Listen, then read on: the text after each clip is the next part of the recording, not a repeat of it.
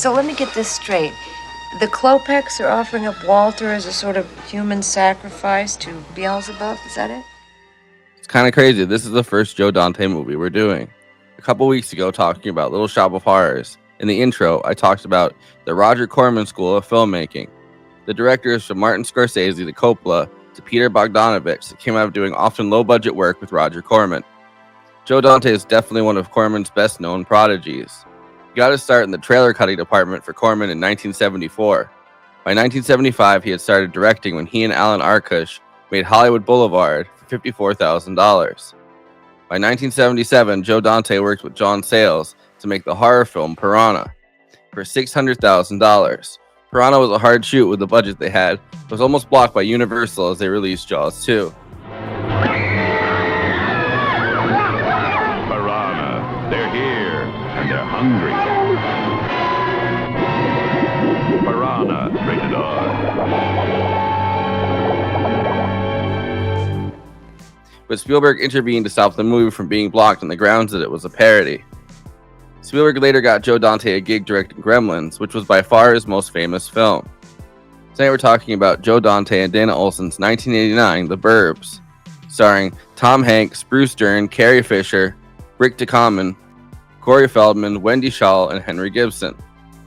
The Burbs is a satirical look at the suburbs of the late 1980s and the famous Satanic Panic, where people in the suburbs became incredibly paranoid at the idea that Satanists may be lurking among them. Ray, this is Walter. But he can't relax when his neighbors Art Weingarten and the arms dealer Mark Rumsfeld convince him that perhaps the new neighbors, who none of them have even seen or talked to at first, are Satanists who have kidnapped and murdered their neighbor Walter. The evidence, Walter appears to have disappeared, and the neighbors are kind of strange. Everyone, Satan is good, Satan is our pal. Ray!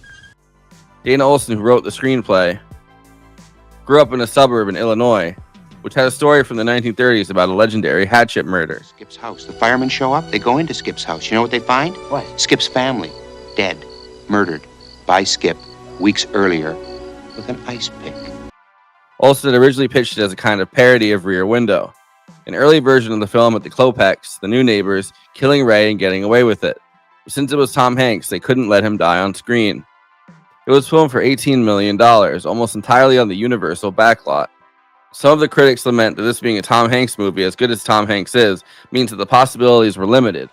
Nice to meet you. Ray Peterson. Oh, pardon my dog.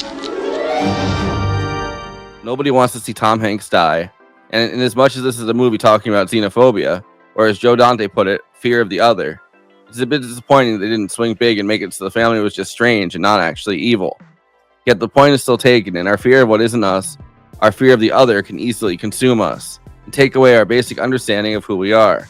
Although many critics were harsh at the time, The Burbs has become a cult classic, especially since VHS releases made the film way more popular. Joe Dante calls it his most famous film after Gremlins. People like Skip, people who mowed their lawn for the 800th time and then snap! Well, that's us! It's not them! That's us! We're the ones who are vaulting over the fences!